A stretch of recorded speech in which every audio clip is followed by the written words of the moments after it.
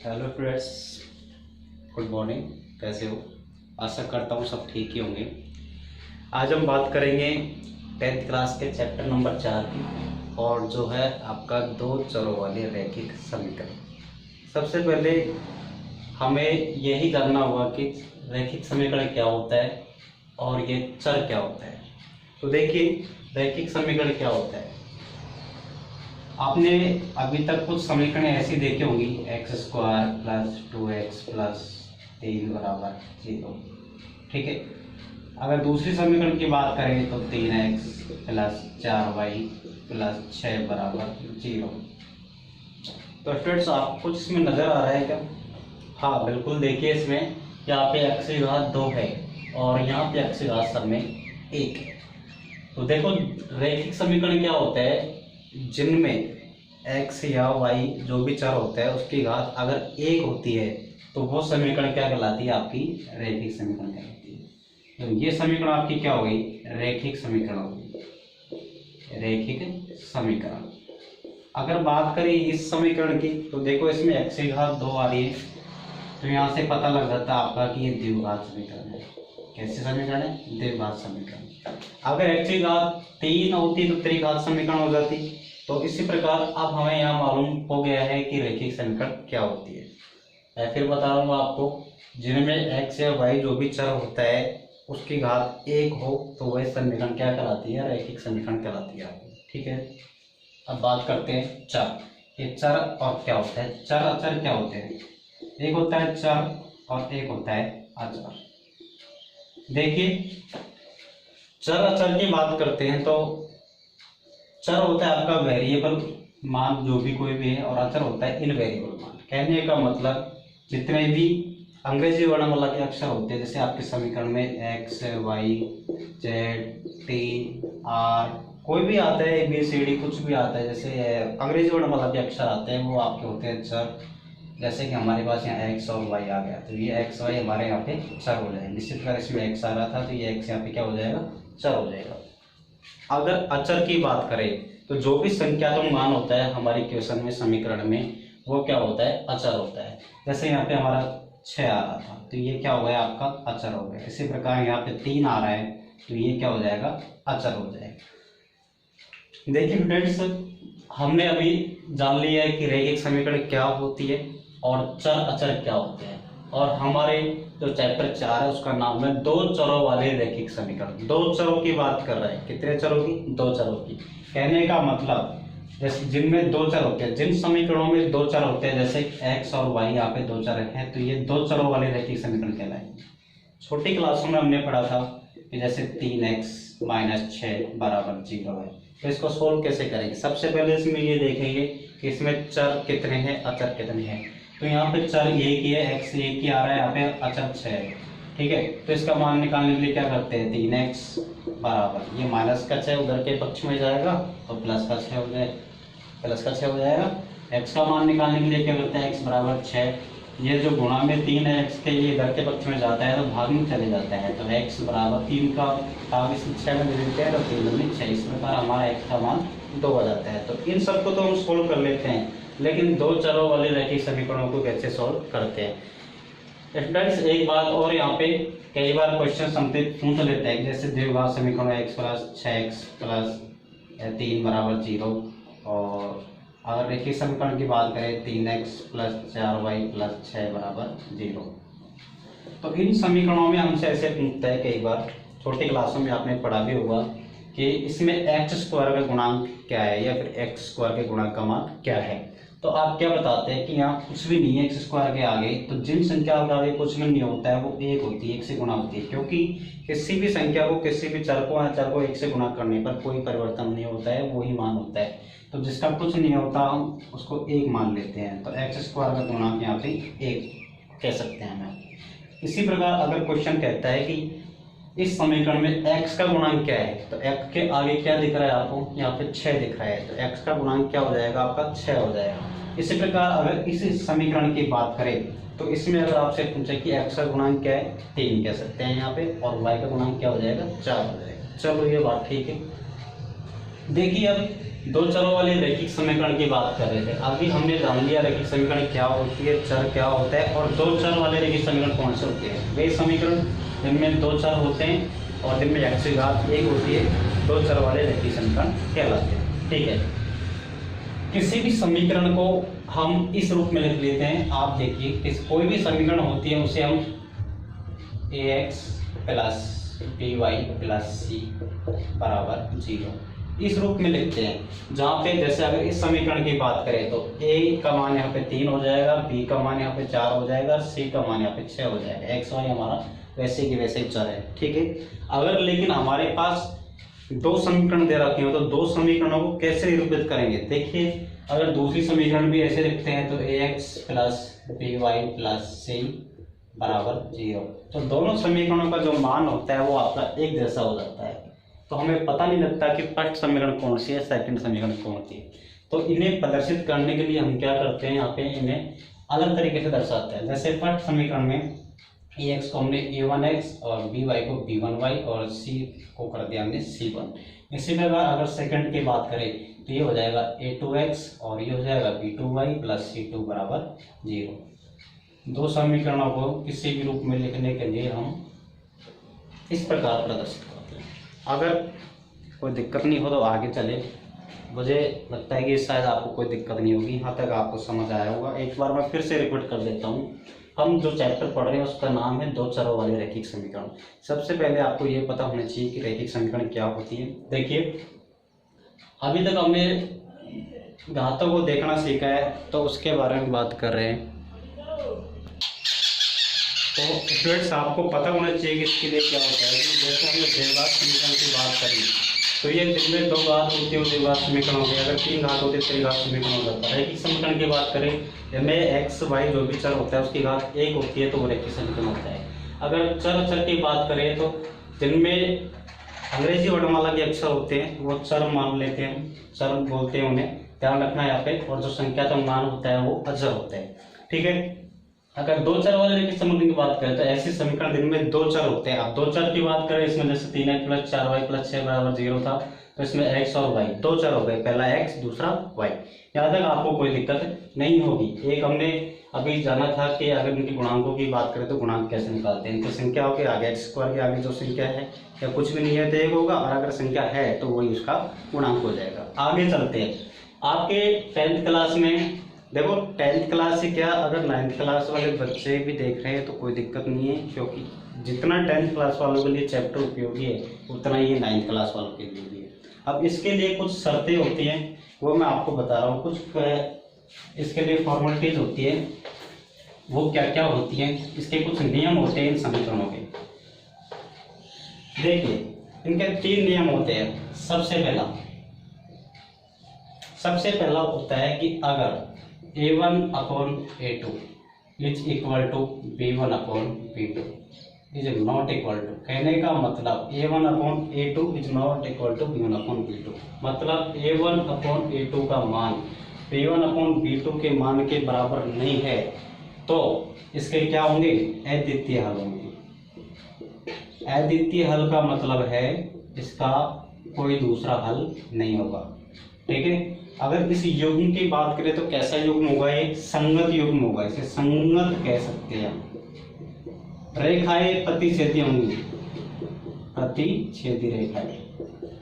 प्रतिच्छेदी रेखाएं जानते हैं कैसी होती हैं? प्रतिच्छेदी रेखाएं जो एक दूसरे को काटते हैं, जैसे ग्राफ बनाएंगे ना तो ग्राफ में एक दूसरे को जैसे काटती नजर आएंगे ऐसे। ठीक है, काटते हैं। अगर सेकंड कंडीशन की बात करें तो सेकंड कंडीशन में क्या होता है, अगर a1/a2 का मान b1/b2 के मान के बराबर है और b1/b2 का मान c1/c2 के बराबर है, a1/a2 का मान b1/b2 के बराबर है, इक्वल है, और b1/b2 का मान c1/c2 के बराबर है, इक्वल है, तो ऐसी कंडीशन में क्या होगा, इसके अनंत हल होंगे। ध्यान रखना स्टूडेंट्स, अनंत हल कहने का मतलब असीमित हल, मतलब एक से ज्यादा हल हो सकते हैं। ठीक है, और ये भी युग्म कैसा होगा, संगत होगा, संगत युग्म होगा ये भी। ठीक है, रेखाएं कैसी होंगी, रेखाएं आपके यहाँ पे समपाती होंगी। समपाती जानते हो क्या होता है? समपाती का मतलब जैसे ग्राफ में एक रेखा गई पहली समीकरण की, तो दूसरी रेखा भी इसी पे होते गुजरेगी, इससे के जाए मतलब एक के ऊपर एक के ऊपर एक चढ़ के, तो उसे बोलते हैं समपथ। लास्ट कंडीशन, थर्ड कंडीशन की बात करते हैं। थर्ड कंडीशन क्या होती है? थर्ड कंडीशन में अगर a1/a2 का मान b1/b2 के बराबर तो है, लेकिन b1/b2 का मान c1/c2 के बराबर नहीं है। कहने का मतलब a1/a2 का मान इस b1/b2 के तो बराबर है, लेकिन b1/b2 का मान c1/c2 के बराबर नहीं है। तो ऐसी कंडीशन में क्या होगा? इसका कोई हल नहीं होगा। ध्यान रखना फ्रेंड्स, इसका कोई हल नहीं होगा। यह युग्म कैसा होगा? असंगत। असंगत युग्म होगा। रेखाएं कैसी होंगी? रेखाएं समांतर होंगी। समांतर जानते हो? समांतर रेखाएं क्या होती है? समांतर का मतलब जैसे एक रेखा पहली समीकरण की यहाँ से गुजर गई, तो इसके जस्ट समांतर, ऊपर नीचे वाली, मतलब ऊपर चढ़ के नहीं, जैसे ऊपर है तो नीचे मतलब बराबर बराबर में चलेगी, समांतर रेखा है। ठीक है, तो ये आपको यहाँ पे पता लगेगा। अगर इनके एग्जाम्पल की बात करें, अभी तक आपको समझ नहीं आया तो एग्जाम्पल देके और समझा देता हूँ मैं, लेकिन इनकी कंडीशन आप देखते रहना साथ में। अगर फर्स्ट कंडीशन की एग्जाम्पल की बात करें तो देखिए एग्जाम्पल, फर्स्ट ले लीजिए example, a1/a2 is not equal to b1/b2। अगर हमारे पास मान लो कोई भी समीकरण हो गई, जैसे कि मान लो 3x प्लस 4y प्लस 8 बराबर में 0, और यहाँ पे हो गया 6x प्लस 12y प्लस 16 बराबर में 0। अब यहाँ से आप पता लगा सकते हैं कि ये तो हो गया आपका 3 तो a1 का मान, और ये 6 हो गया आपका a2 का मान, ये 4 हो गया आपका b1 का मान, और 12 हो गया b2 का मान। 8 की बात करें तो ये c1 का मान, और ये 16 हो गया c2 का मान। अगर इस कंडीशन की बात करें कि a1/a2 is not equal to b1/b2, तो देखो इसको कैसे करते हैं। हम यहाँ पे लगा लीजिए a1/a2 बराबर b1/b2।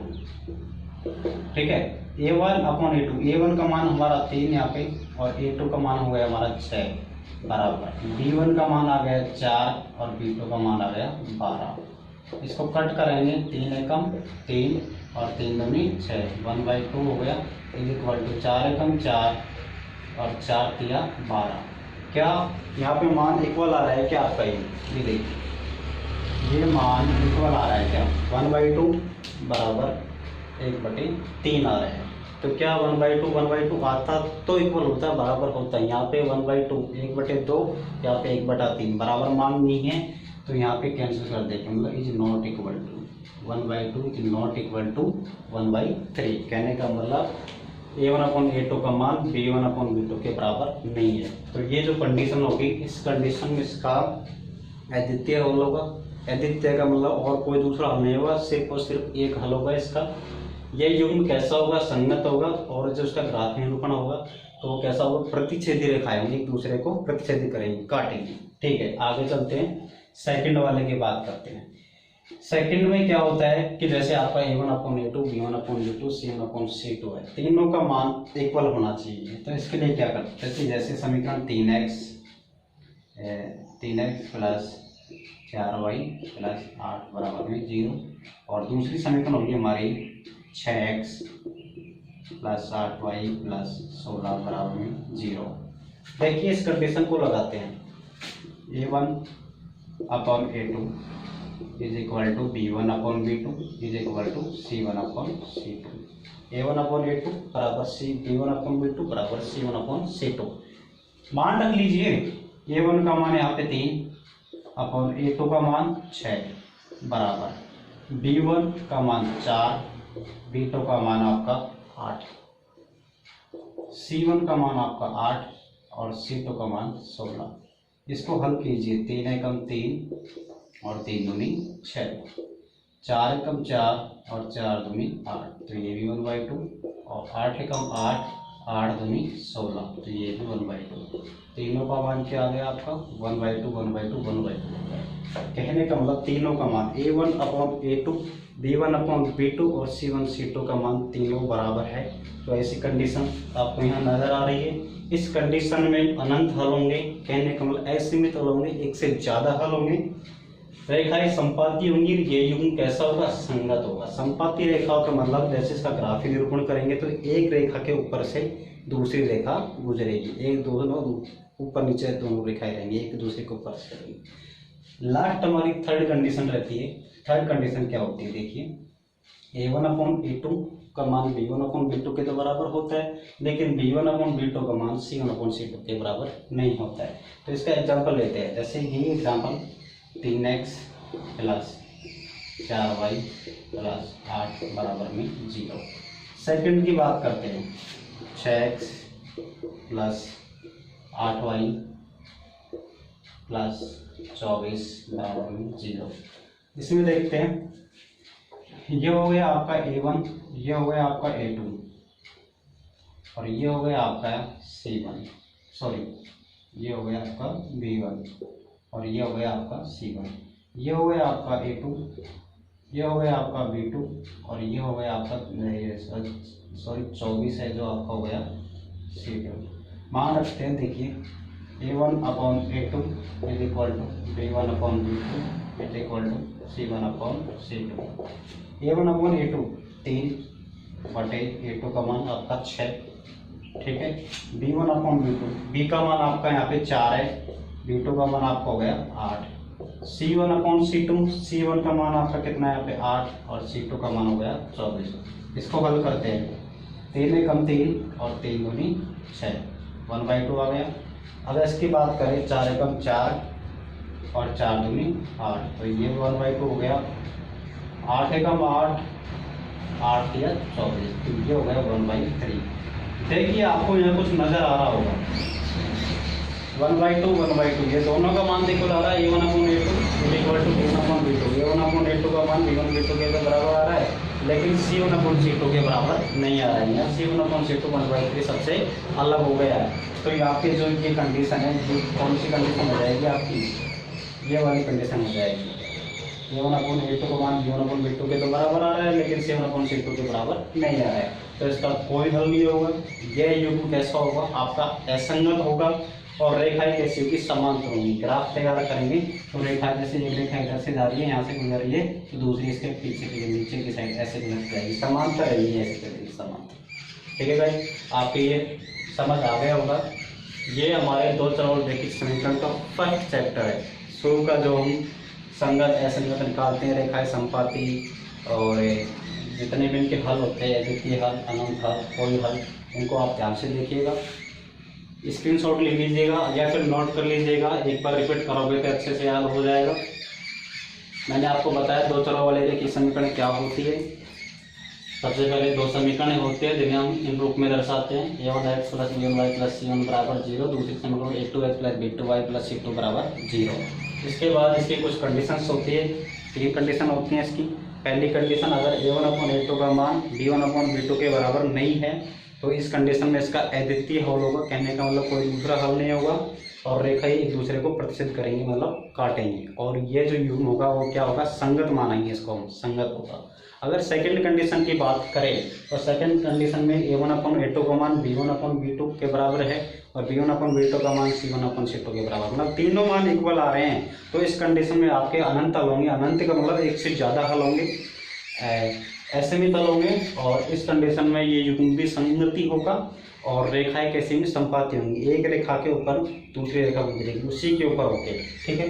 लास्ट थर्ड कंडीशन हमने क्या जाना? थर्ड कंडीशन में A1/A2 का मान B1/B2 के बराबर होता है, लेकिन B1/B2 का मान C1/C2 के बराबर नहीं होता है। तो ऐसी कंडीशन में इसका कोई हल नहीं होता है, कोई हल नहीं होगा। तो ये युग्म कैसा होगा? असंगत होगा और रेखाएं कैसी रहेंगी? समांतर रहेंगी, एक ऊपर से जाएगी, एक नीचे से जाएगी।